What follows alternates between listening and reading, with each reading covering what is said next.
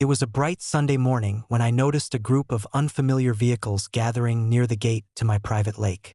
My heart sank for a second until I realized what was happening. Karen had once again decided to enforce her delusions of authority.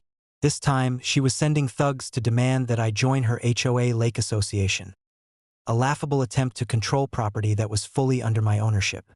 As I walked toward the gate, Karen's representatives stepped forward, arms crossed, with intimidating postures and smirks meant to unsettle me.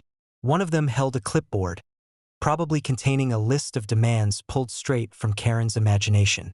"You need to join the HOA immediately," one of them said, his voice trying to convey authority. "This lake is under HOA jurisdiction, and you're required to comply."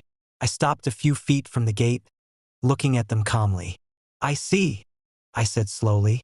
"And which law or deed supports your claim that I must join?" The men exchanged confused glances. Well, the HOA rules," I smiled. "The HOA rules apply only to members. I am not a member. I am the owner of this lake, this land, and the surrounding property. You are trespassing by attempting to enforce any rule here." At that moment, I reached for the gate and locked it behind me, effectively cutting off any avenue of entry. The group froze, realizing the first obstacle had already been removed. Before they could react, I called the local police, explaining the situation calmly but firmly. Trespassing, intimidation, and attempted coercion by HOA representatives on private property. Within minutes, 2 patrol cars arrived, lights flashing, and the thugs' confident postures faltered instantly. Karen's proxies tried to protest, but the officers stopped them with a simple, "You are not allowed on private property without consent. Leave immediately or face arrest." The thugs turned to flee, but I watched them carefully to ensure none tried to sneak back in.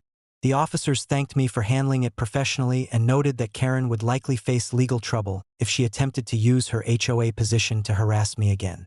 Meanwhile, Karen herself arrived in a fury, screaming into her phone and gesturing wildly.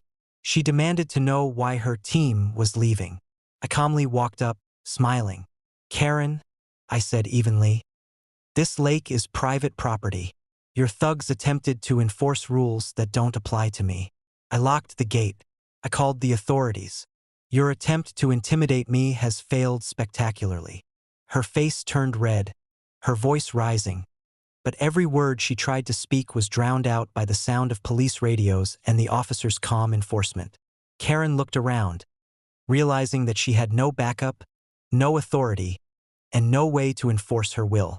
You can't," she sputtered. I shook my head. "I can, and I did. This property is mine. Your HOA has no jurisdiction here.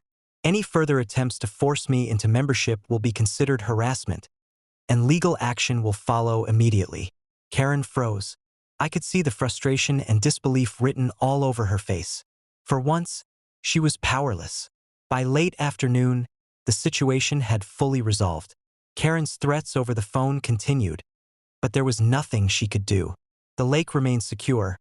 My guests and family enjoyed their day without interruption, and her team left empty-handed, chastised, and confused. Neighbors later called to congratulate me on handling the situation. The story of Karen's failed attempt spread quickly. The woman who sent thugs to enforce HOA membership on someone who legally owned the property and failed. By evening, I sat on the dock, watching the water ripple under the sunset. The lake was quiet again, safe, and fully under my control. Karen's obsession with authority had yet again backfired, proving that bold intimidation could never overcome the law and rightful ownership. As I raised a glass of iced tea to the horizon, I thought to myself, every time Karen tried to push, she only reminded everyone around her who truly held the power. And that, as always, was me.